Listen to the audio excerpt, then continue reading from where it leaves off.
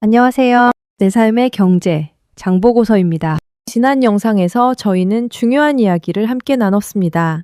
미국이 이미 레이 달리오가 말한 붕괴 5단계에 들어섰다는 이야기였습니다. 그런데 영상이 끝난 뒤 많은 분들이 공통된 질문을 주셨습니다. 그래서 뭘 어떻게 하라는 건데? 맞습니다. 상황을 아는 것까지는 좋은데 그 다음이 없으면 결국 아무것도 달라지지 않습니다. 그래서 오늘은 딱 그 질문에 답하는 영상입니다.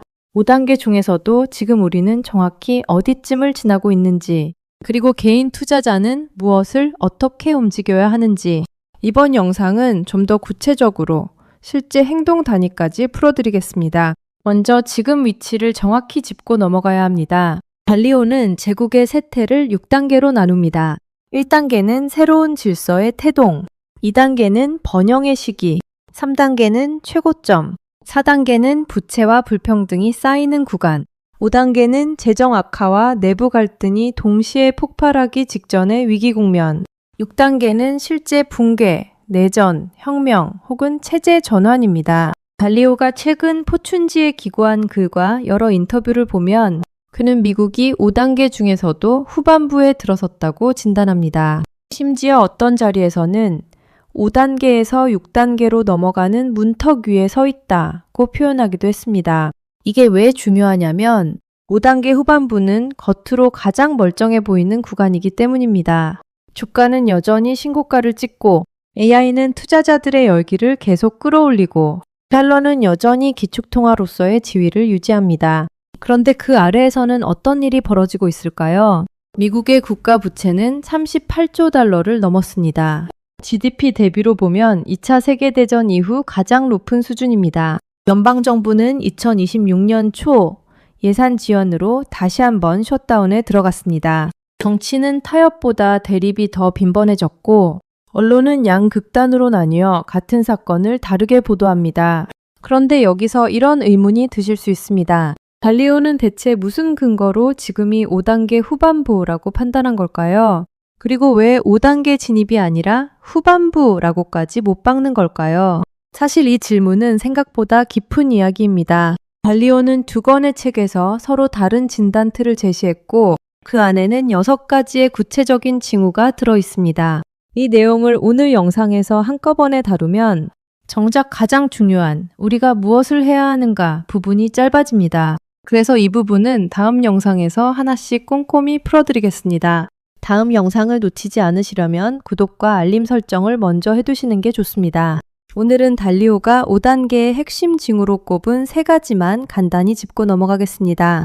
지금 미국에서 이 3가지가 동시에 관찰되고 있다는 점이 핵심입니다. 첫째, 감당하기 어려운 부채. 둘째, 극심한 빈부격차와 가치관의 분열.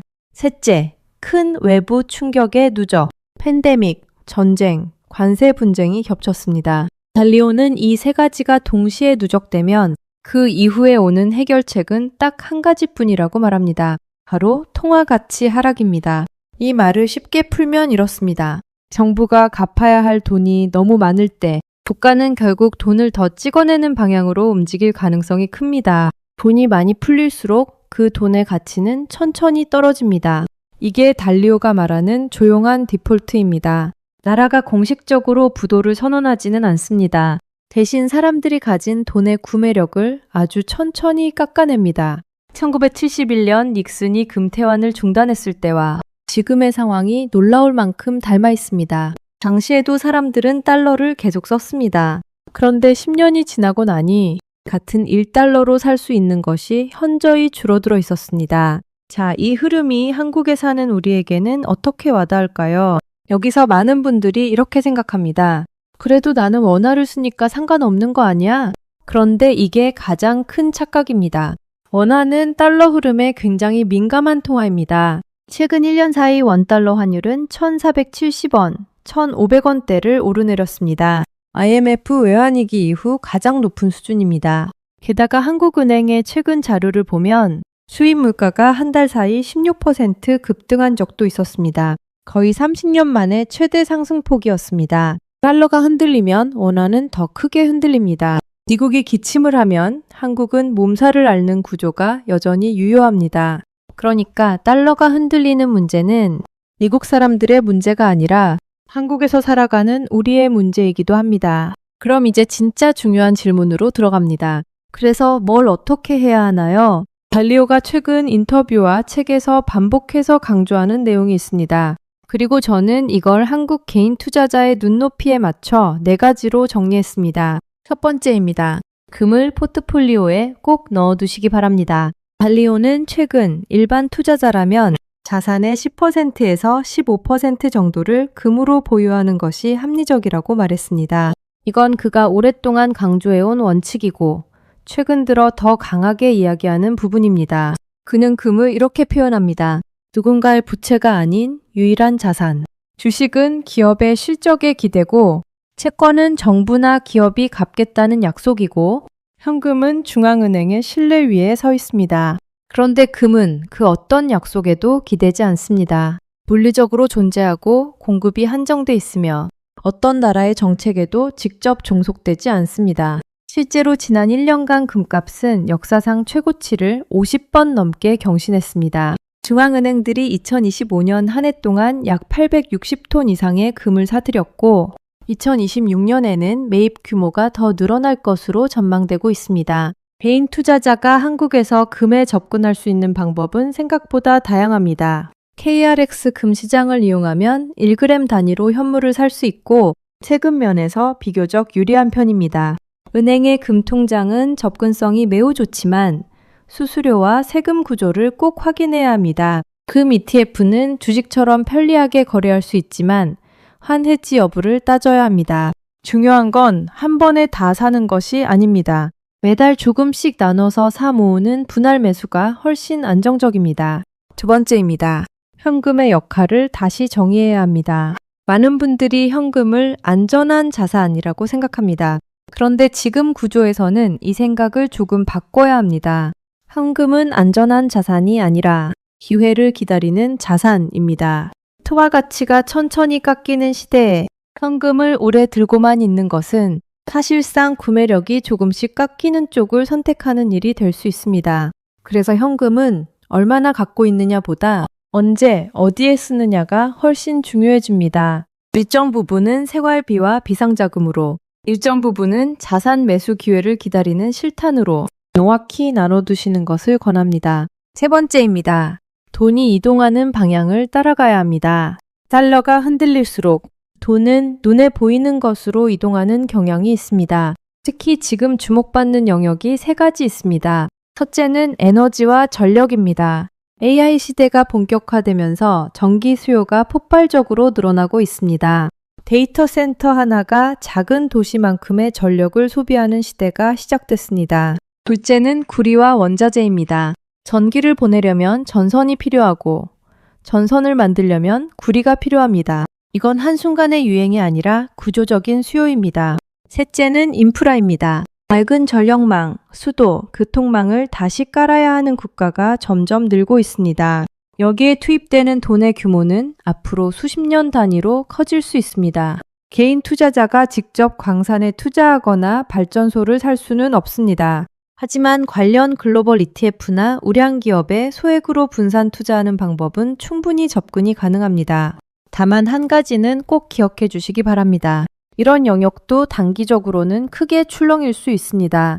그래서 몰빵이 아니라 비중 배분으로 접근해야 합니다. 네 번째입니다. 통화를 한 곳에 묶어두지 않아야 합니다. 많은 한국 투자자의 자산 구조는 원화에 집중되어 있습니다. 은행 예금도 원화, 부동산도 원화 자산, 연금도 원화 기반입니다. 그런데 원화 하나만으로 평생의 자산을 지키는 건 앞으로의 환경에서는 생각보다 위험할 수 있습니다. 그렇다고 달러만 늘리라는 뜻도 아닙니다. 달러도 결국 하나의 통화이고 달리오가 경고하는 통화 가치 하락의 중심에 있는 통화입니다. 핵심은 이것입니다. 원화, 달러, 그리고 통화가 아닌 실물. 이 세 축으로 자산을 나눠두는 구조가 훨씬 안전합니다. 비율은 각자의 상황에 따라 다릅니다. 하지만 원화에만 100% 묶여있는 구조라면 지금이 바로 점검해 볼 시점입니다. 자, 이제 정리해 보겠습니다. 지난 영상에서 저희는 미국이 5단계에 들어섰다는 이야기를 했습니다. 오늘 더 정확히 말씀드리자면 미국은 5단계 후반부를 지나고 있습니다. 겉은 멀쩡해 보이지만 안에서는 균열이 확장되고 있는 구간입니다. 달리오가 말한 대로 이건 한 번에 터지는 위기가 아닙니다. 천천히, 그러다가 갑자기 오는 위기입니다. 그 과정에서 준비된 사람과 준비되지 않은 사람의 격차는 생각보다 훨씬 크게 벌어질 수 있습니다. 오늘 정리한 4가지를 다시 한번 말씀드리겠습니다. 첫째, 자산의 일부를 금으로 보유하기. 둘째, 현금을 기회를 기다리는 자산으로 재정의하기. 셋째, 에너지, 원자재, 인프라처럼 돈이 이동하는 방향에 올라타기. 넷째, 원화, 달러, 실물로 통화를 분산하기. 이 4가지가 거창해 보일 수 있지만 출발은 아주 작아도 괜찮습니다. 이번 달부터 매달 일정 금액을 모아 실물금을 구매해 보는 것, 해외 ETF 계좌를 하나 만들어 두는 것, 전체 자산 비중을 종이에 한번 적어보는 것, 이런 작은 행동 하나가 5년 뒤, 10년 뒤의 자산 격차를 만들어냅니다. 달러의 미래를 정확히 맞히는 일은 누구도 할 수 없습니다. 달리오 본인도 그렇게 말합니다. 그래서 진짜 중요한 건 그 상황이 와도 내가 버틸 수 있는 구조를 지금부터 만드는 것입니다. 그리고 조만간 올릴 영상에서는 오늘 잠깐 미뤄둔 질문으로 돌아갑니다. 달리오는 왜 지금을 5단계 후반부라고 진단했는가? 그 판단의 근거가 된 6가지 징후는 무엇이고 미국의 현재 상황은 그 징후들과 얼마나 들어맞는가? 이걸 하나씩 구체적으로 풀어드리겠습니다. 오늘 내용이 도움이 되셨다면 구독과 좋아요, 알림 설정은 영상 제작에 큰 힘이 됩니다. 감사합니다.